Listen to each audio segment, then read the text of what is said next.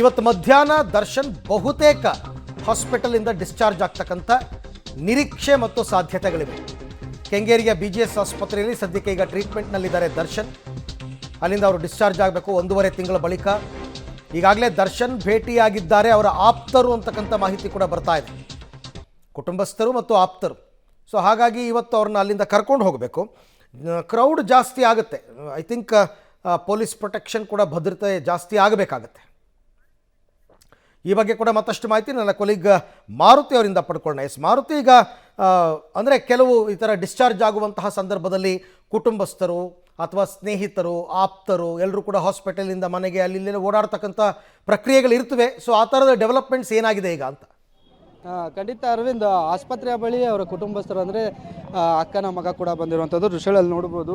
ಆಸ್ಪತ್ರೆಗೆ ಏನು ದರ್ಶನ BGS ಆಸ್ಪತ್ರೆಗೆ ಕರೆತಂದಾಗ ಹಿಂಬದಿಯಿಂದ ಒಂದು ಗೇಟ್ ಇದೆ, ಆ ಗೇಟಲ್ಲೇ ಅವ್ರನ್ನ ಕರ್ಕೊಂಡು ಹೋಗಿತ್ತು. ಈಗಲೂ ಸಹ ಅದೇ ಗೇಟ್ ಹತ್ರ ಅವ್ರ ಗಾಡಿಗಳನ್ನ ನಿಲ್ಲಿಸ್ಕೊಂಡಿರುವಂಥದ್ದು.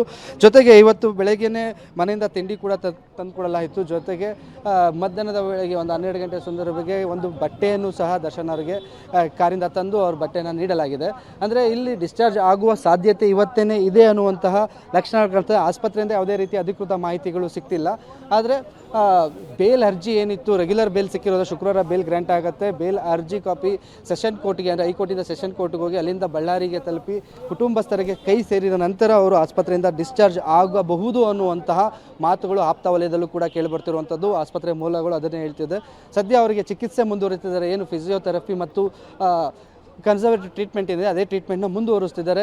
ಇದೇ ಟ್ರೀಟ್ಮೆಂಟ್ ಅಂದರೆ ಫಿಸಿಯೋಥೆರಪಿ ಮತ್ತು ಔಷಧಿಗಳನ್ನು ಮನೆಯಲ್ಲೂ ಕೂಡ ತಗೋಬೋದಲ್ವಾ ಅಂತ ಒಂದು ಆಲೋಚನೆಗೆ ವೈದ್ಯರು ಕೂಡ ಬಂದಿರುವಂಥದ್ದು. ಆ ಹಿನ್ನೆಲೆಯಲ್ಲಿ ಇವತ್ತೇ ಡಿಸ್ಚಾರ್ಜ್ ಮಾಡುವಂಥ ಸಾಧ್ಯತೆಗಳು, ಇವತ್ತು ಸಂಜೆ ಒಳಗೆ ಡಿಸ್ಚಾರ್ಜ್ ಮಾಡುವಂಥ ಸಾಧ್ಯತೆಗಳಿವೆ. ಏನು ನಿರೀಕ್ಷೆ ಕೂಡ ಇದೆ ಇವತ್ತೇ ಡಿಸ್ಚಾರ್ಜ್ ಆಗ್ಬೋದು ಅಂತ.